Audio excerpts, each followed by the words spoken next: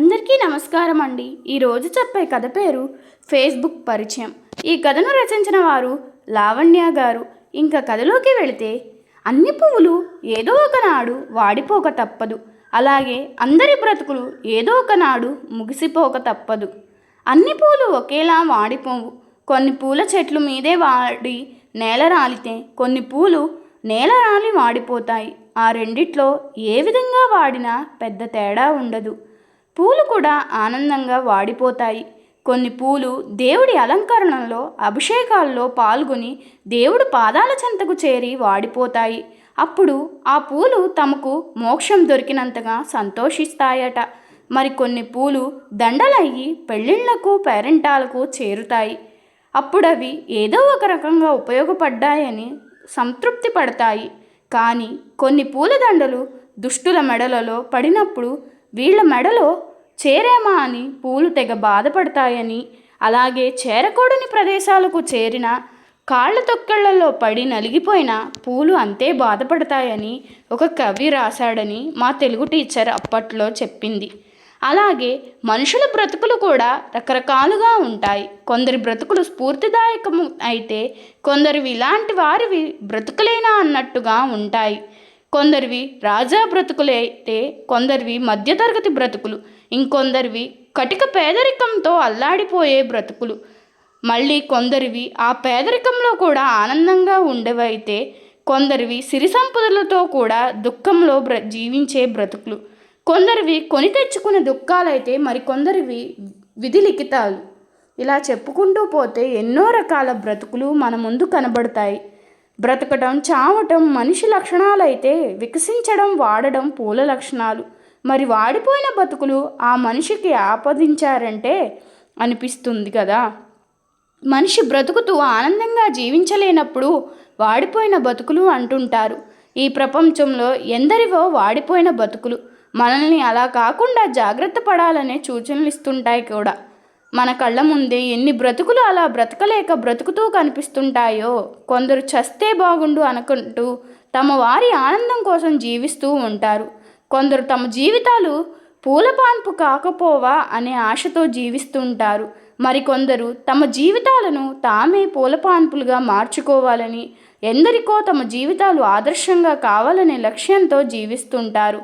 నిజంగా లక్ష్యం దృఢమైనది అయితే ఎన్ని కష్ట నష్టాలు కోర్చైనా తాము చేరుకోవాలన్న గమ్యాన్ని చేరుకుంటారు. అలాగే లక్ష్యాన్ని చేరే విషయంలో వాళ్ళు వేసే అడుగులు, చేసే పనులు ఎలాంటివన్నా దానిపైన ఫలితం ఆధారపడి ఉంటుంది. అలాగే ఆ ఫలితం వారికి ఆనందాన్ని ఇస్తుందా, లేక పైకి ఆనందంగానే కనబడుతుందా, లోపలి మనశ్శాంతిని దూరం చేస్తుందా అనేది కూడా వారు దాన్ని సంపాదించడానికి చేసిన పనులపై ఆధారపడి ఉంటుంది. ఎప్పుడైతే మనం చేసే పనులు, వెళ్ళే దారి స్వచ్ఛమవుతాయో అప్పుడే మనశ్శాంతిగా ఉండడం, ఆత్మవిశ్వాసంతో మాట్లాడగలగడం జరుగుతుంది. ఎదుటివారికి కూడా మనల్ని చూస్తేనే పాజిటివ్ ఫీలింగ్ కలగడమే కాదు, చూస్తూనే గౌరవభావం కలుగుతుంది. అందరికీ అన్నీ దొరకవు. ఏం కావాలి, బ్రతుకులు ఎలా ఉండాలి అనేది ఎవరికి వారు నిర్ణయించుకోవాల్సిందే. సుఖంగా ఉండి మనశ్శాంతిగా దూరంగా ఉండాలా, కడిగిన ముత్యంలా స్వచ్ఛమైన మనస్సుతో మనశ్శాంతిగా ఉండి గౌరవంగా జీవిస్తూ కష్టపడినా పర్వాలేదా అనేది మనమే నిర్ణయించుకోవాలి. ఎవరో ఒకరు అదృష్టవంతులకే మాత్రమే అన్నీ తెచ్చిపెట్టినట్టుగా దొరుకుతుంటాయి. సరైన నిర్ణయం తీసుకోక వాడిపోయిన బతుకైన ఒక వ్యక్తి కథ చెప్తాను. అలాంటివి ఈ నేటి డిజిటల్ సమాజంలో చాలా ఎక్కువ ఉన్నాయి. అందరికీ ఒక వార్నింగ్లా ఉంటుందని వ్రాస్తున్నాను.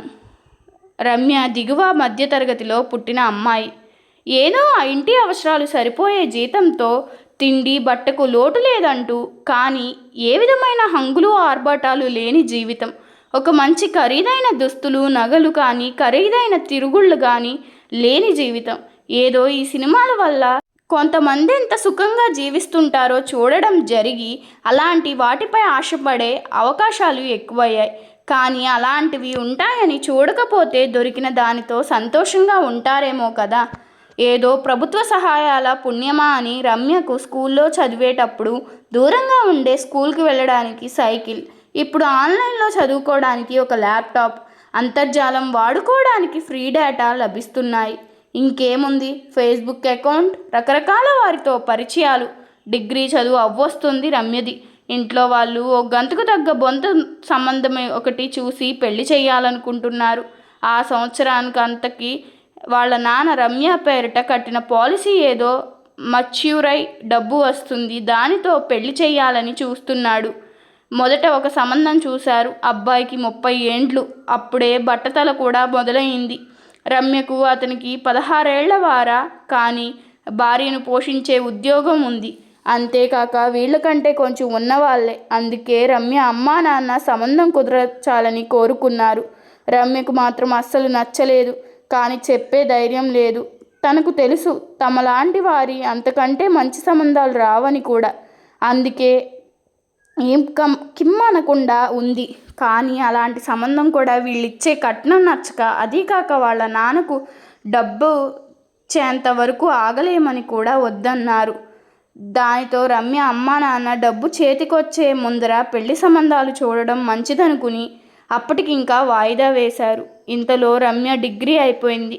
ఇంకా రమ్యకు పొద్దుపోక 24 గంటలు ఫేస్బుక్లో తెలియని వారితో చాటింగులు ఎక్కువయ్యాయి. రమ్యకు ఒక అందమైన అబ్బాయి పరిచయం అయ్యాడు. పేరు చరణ్. మనిషే కాదు, పేరు కూడా అందంగా ఉంది. తన పేరు కంటే అనుకుంది. మంచిగా ఎంతో ప్రేమగా చాట్ చేసేవాడు. రోజుకో ప్రొఫైల్ పిక్ మార్చుతూ స్టైల్గా ఉండేవాడు. ఏదో సాఫ్ట్వేర్ ఉద్యోగం అని చెప్పాడు. అంతే. రమ్య చరణ్ వేషాలకు పడిపోయింది. తన ఫోటో అడిగితే పెట్టింది. రమ్య కూడా అందంగానే ఉంటుంది. పర్వంలో ఉండడం వల్ల ఇంకా అందంగా కనబడుతుంది. అప్పటి నుండి చరణ్ రమ్యపై ప్రేమ చూపసాగాడు. ఇంకా తనని ప్రేమిస్తున్నానని చెప్పి పార్కులకి హోటల్కి తిప్పసాగాడు. రమ్య వాడి ప్రేమలో నిండా మునిగిపోయింది. మా అమ్మా నాన్నలకు పెళ్లి చేసుకుందామని అడిగింది. దానికి చరణ్, మా అమ్మా నాన్న మన పెళ్లి ఒప్పుకోరు, మనం ఎవరికి చెప్పకుండా సీక్రెట్గా పెళ్లి చేసుకుందాం, పెళ్లి చేసుకున్నాక ఏమీ అనలేక ఒప్పుకుంటారని అన్నాడు. అది నమ్మి సరేనని చరణ్తో పారిపోయి వచ్చేసి ఇద్దరూ ఒక గుడిలో పెళ్లి చేసుకున్నారు. ఒక చిన్న ఇల్లు ఎక్కడో మారుమూల అద్దెకి తీసుకుని రమ్యను ఉంచాడు.